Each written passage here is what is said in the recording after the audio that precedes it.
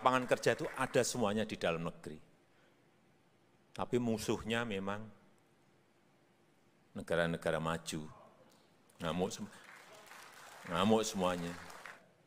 Waduh, ini kita disuruh ekspor bahan mentah lagi ini. Begitu mau masuk ke ruangan, enggak. Kita enggak ikut. Semuanya bubar enggak jadi yang namanya ini. Selalu ada cerita di akhir masa jabatan. Begitupun dengan Presiden Joko Widodo yang saat ini menceritakan bagaimana beliau beberapa kali menyelamatkan NKRI dari pihak-pihak yang memang menginginkan keuntungan sepihak dan merugikan negara. Presiden Joko Widodo bahkan pernah diancam dikudeta karena menggaungkan kebijakan ini. Langsung saja kita simak keterangan resmi dari Presiden Joko Widodo. Melakukan sebuah lompatan, kalau kita berani melakukan yang namanya industrialisasi dan hilirisasi terhadap sumber daya alam kita. Kita sudah berpuluh-puluh tahun selalu ekspor bahan mentah, ekspor raw material ini stop.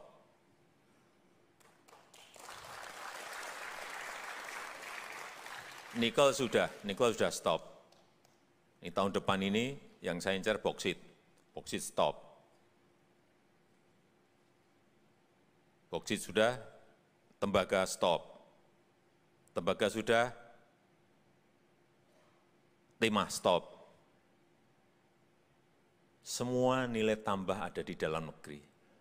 Semua yang namanya nilai tambah, harga, dan lapangan kerja itu ada semuanya di dalam negeri. Tapi musuhnya memang negara-negara maju yang biasa barang itu kita kirim ke sana. Ngamuk semuanya.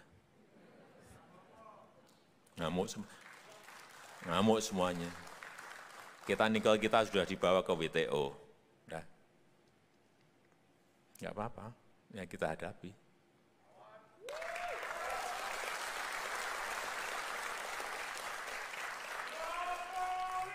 Kemarin kita di G20, 16 negara sudah kumpul untuk tanda tangan mengenai global supply chains. Saya pikir ini apa bagus nih, kita ikut. Begitu baca, waduh ini kita disuruh ekspor bahan mentah lagi ini.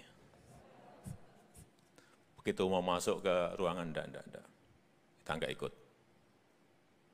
Semuanya bubar enggak jadi yang namanya ini. Hanya gara-gara kita enggak mau tanda tangan semuanya jadi buyar lagi. Karena saya tahu juga ini yang diincar sebenarnya hanya kita aja. Ya keberanian seperti itu yang kita kadang-kadang membayangkan, waduh ini nanti kita di-ban di sini, di-stop di sini, di WTO kalah. Ya kalah ya enggak apa-apa lah kalah. Tapi kalau kita enggak berani nyoba, coba. Kapan kita akan melakukan hilirisasi, kita akan stop ekspor raw material. Sampai kapanpun kita hanya menjadi negara pengekspor bahan mentah.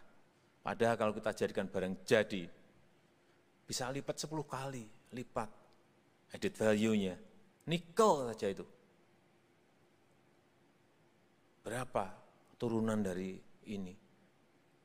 Digabung plus tembaga, bisa jadi lithium baterai, lithium ion, lithium untuk baterai untuk mobil listrik, sodium ion, banyak sekali yang bisa. Turunan yang bisa kita ambil dari sana banyak sekali. Saya meyakini hanya urusan nikel saja sekarang ini yang dulu kita defisit dengan Tiongkok. Saya yakin karena nikel dalam 3 tahun ini ekspor kita melompat kurang lebih hampir 280 triliun, melompatnya 280 triliun.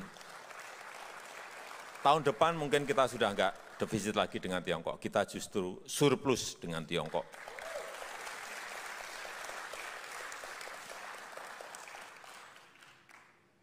itu hanya nikel.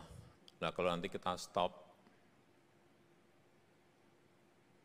bauksit, kita stop tembaga, kita stop timah, kita stop emas, semuanya stop. Kita nggak ada lagi yang namanya ekspor raw material. Tinggal dikalikan saja berapa. Saya meyakini kalau ini kita lakukan sampai 2023, 2024 stop, gross domestic product kita, GDP kita di tahun 2030 sudah naik 3 kali lipat.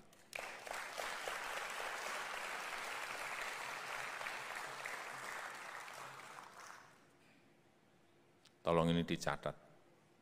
Kalau sudah itu artinya perkiraan kita income per kapita kita antara 11.000 sampai 15.000 US dollar. Ada yang menghitung 20 sampai 21, dan. Kita ngitungnya, kalau ngitung-hitungan seperti itu pesimis saja.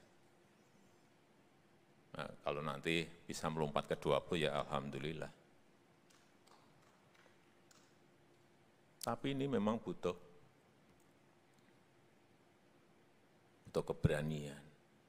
Kadang-kadang kita terbayang-bayang oleh ketakutan kita sendiri.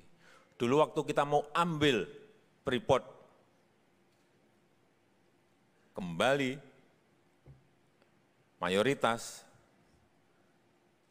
informasi yang saya terima memang semuanya menakutkan.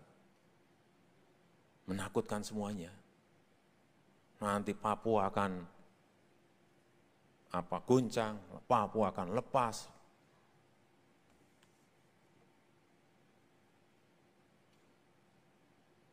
Amerika akan marah.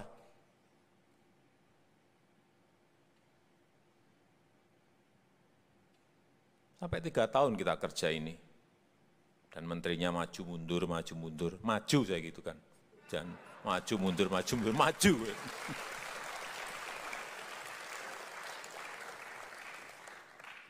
Ya memang ngeri. Karena ini sudah 41 tahun Freeport itu. Ternyata ya nggak ada apa-apanya. Padahal kita beli juga nggak pakai uang. Kita pakai uangnya dia. Beli.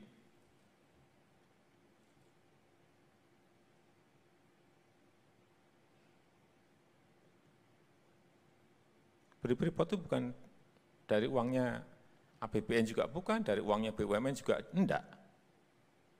Paling itu kalau mau dalam 3 tahun sudah balik sekarang. 5 miliar lebih sedikit US dollar. Tahun depan ini kalau mau kita lepas lagi, kita udah untungnya gede banget. Udah balik. Tapi enggak, ini sudah mayoritas yang menentukan kita. Dulu suruh bikin smelter saja berpuluh-puluh tahun enggak geleng-geleng terus. Sekarang enggak bisa, kita udah 51% bikin smelter. Langsung nyatanya saya perintah, di Gresik sudah langsung dimulai. Karena memang pemiliknya kita.